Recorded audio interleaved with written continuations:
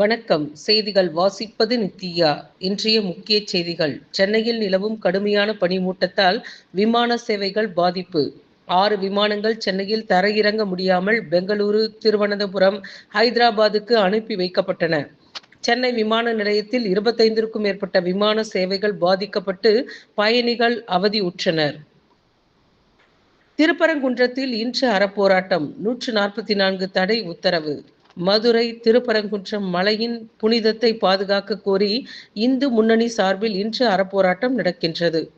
திருப்பரங்குன்றம் கந்தர் மலையை சிக்கந்தர் மலையாக மாற்ற மற்றும் மலையில் ஆடு, கோழி பலியிட முயற்சிப்பதை கண்டித்து இந்து முன்னணி சார்பில் இன்று ஆர்ப்பாட்டம் நடத்த திட்டமிடப்பட்டுள்ளது.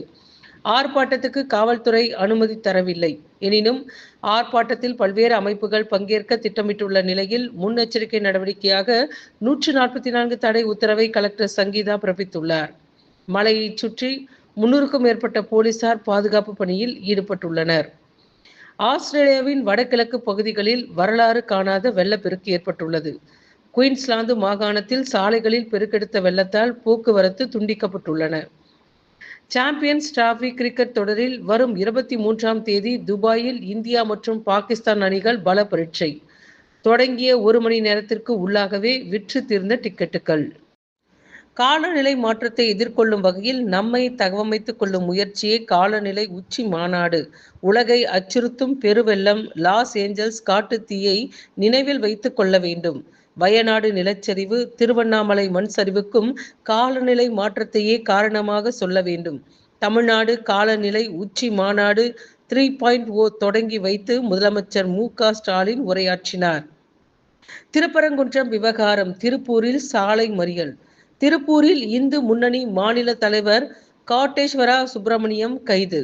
ஆதரவாளர்கள் மறியல். காட்டேஸ்வரா சுப்பிரமணியம் வீடு முன்பு காவலர்கள் குவிக்கப்பட்டுள்ளனர். இந்து முன்னணியினரும் குவிந்ததால் பரபரப்பான சூழல் நிலவுகின்றது. மீண்டும் புதிய உச்சத்தில் தங்கத்தின் விலை. சென்னையில் ஆபரண தங்கத்தின் விலை இன்று சவரனுக்கு ரூபாய் 840 உயர்ந்து ரூபாய் 62,480க்கு புதிய உச்சத்தை அடைந்துள்ளது. கிராம் ரூபாய் 7,810க்கு விற்பனையாகின்றது.